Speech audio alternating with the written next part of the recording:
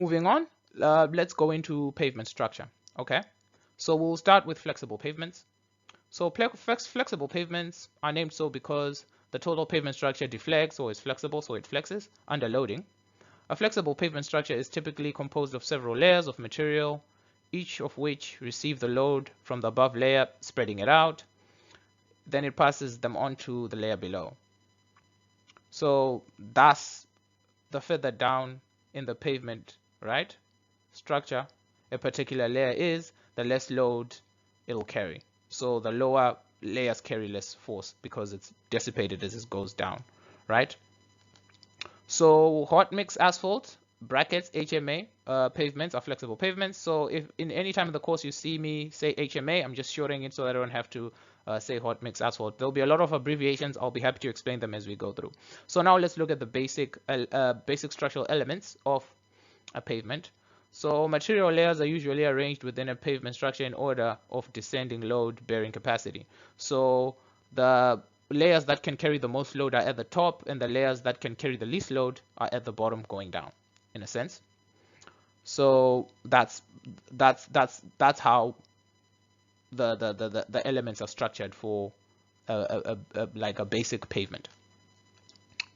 Okay, so a typical flexible pavement structure can be shown in figure 1.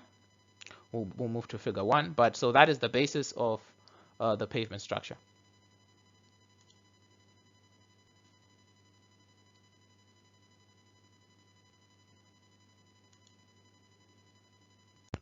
The top layer for the pavement, the first layer, is the surface course.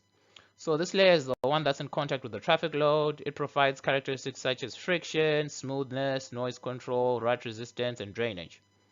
In addition, it prevents the entrance of surface water into the underlying layers, the base, the subbase, and the subgrade. This top structural layer of material is sometimes divided into two. The wearing course, the top, and the binder course will be at the bottom. The surface courses are most often constructed out of hot mix asphalt, which is HMA, as I explained in the previous slide. Then we move on to the base course. So this layer is immediately below the surface course. It provides an additional load distribution and contributes to drainage. The base courses are usually constructed out of crushed aggregate or hot mixed asphalt. So you can recycle hot mixed asphalt from a previous road and then use it as an aggregate. But yeah, that's something you would know if you are practicing roading, or you've done a roading project where you were using recycled aggregate. Anyway, that's a story for another day. So moving on to the subbase. So this is the layer between the base and the subgrade. So it functions, primarily for structural support.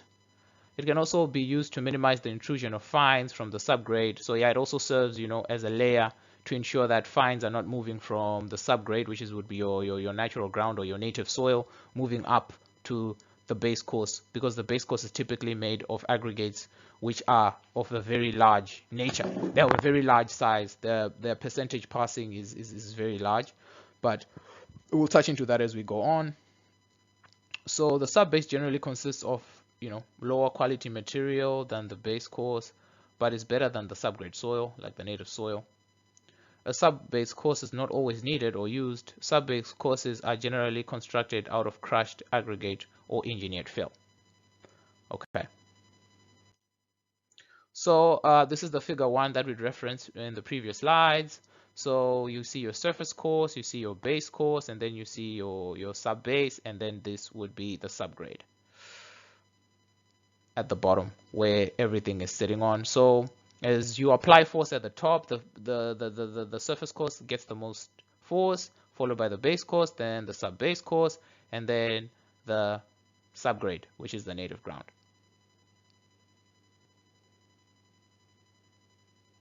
Our second type is rigid pavement.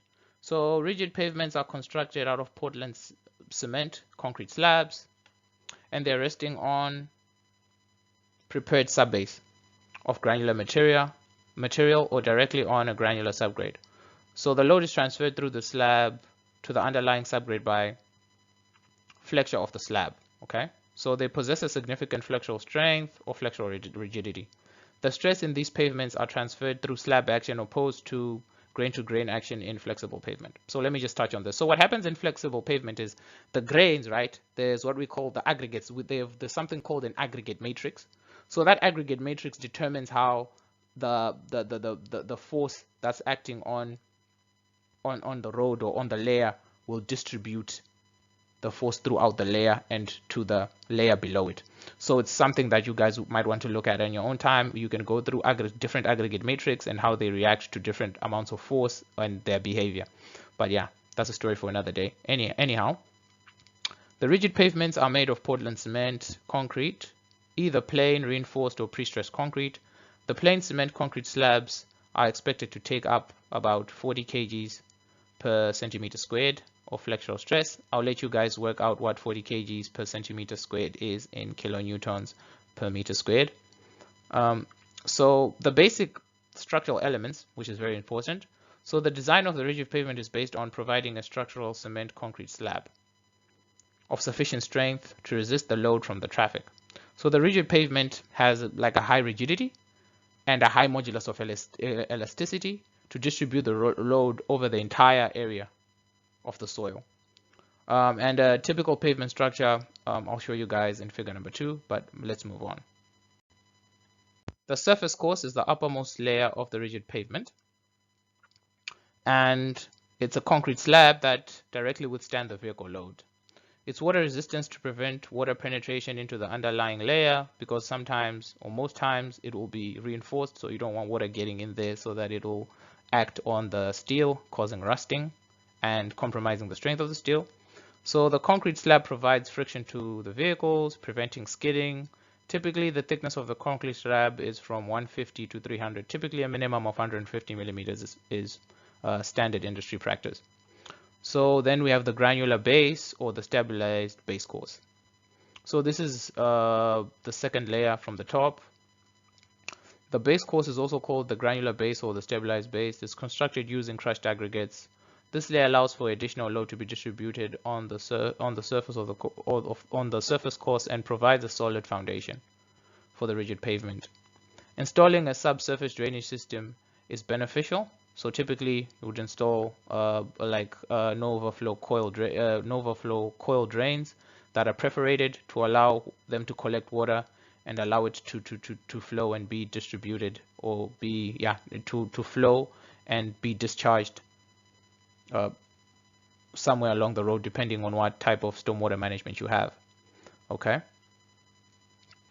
that's typically how it's done in the industry, and that's typically how I do it when I'm doing my designs. So I think that's the best, and there are guides on how to do all that, and you guys can always go just look it up online. You'll find guides depending on which authority governs where you are designing or what design specifications the client wants. Okay, so yeah, but moving on. So this layer allows for additional load to be distribution on the surface course and provides a solid foundation for the rigid pavement. It allows for the installation of subsurface drainage systems, which is beneficial. And in frost-prone areas, the stabilized base course helps control frost action and minimize subgrade soil swelling. This foundation course should have a minimum thickness of 100 mils, which is reasonable. The granular subbase or the stabilized subbase course. So this is the third layer in contact with the base or with the subgrade soil. Yeah, so you can either call it the base or the subgrade. I prefer calling it the base, but yeah, in South Africa it's usually just called the subgrade, most definitely. And in New Zealand they call it the subgrade, but in America sometimes they call it the base course. And the lecturer who taught me used to call it the base course.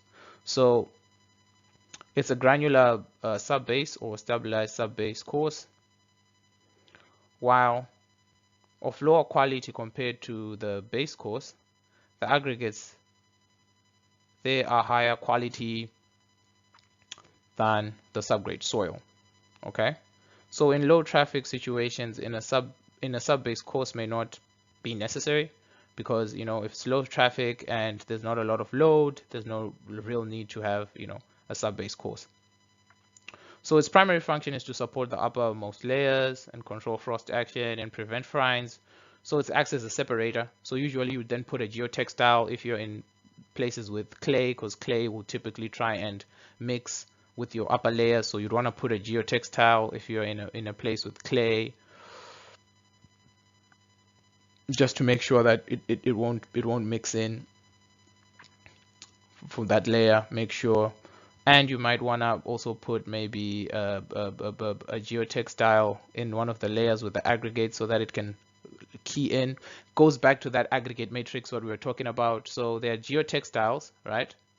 A composite geotextile that you can have that will, with a certain size, that will key in the aggregates, and that will make your aggregate matrix better. It will make it stronger. It'll make it more homogeneous. So yeah. Anyhow, we'll move on to that. That's we're now going a bit into geotech.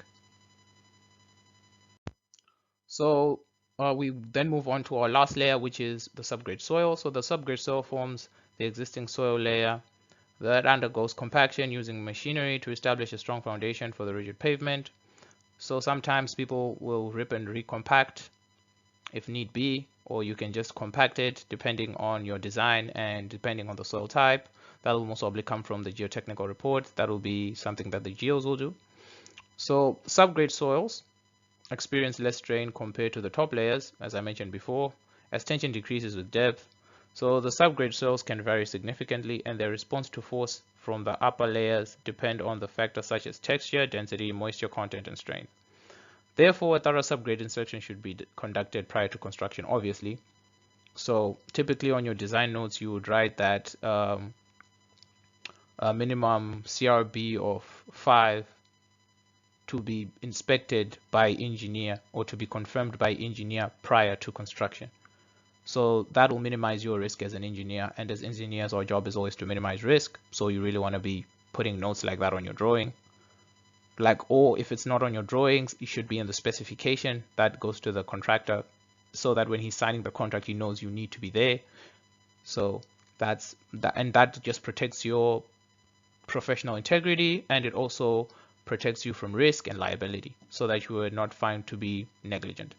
Okay, so the layers above the subgrade should be designed to minimize the displacement of the subgrade soil and reduce the pressure exerted on the subgrade.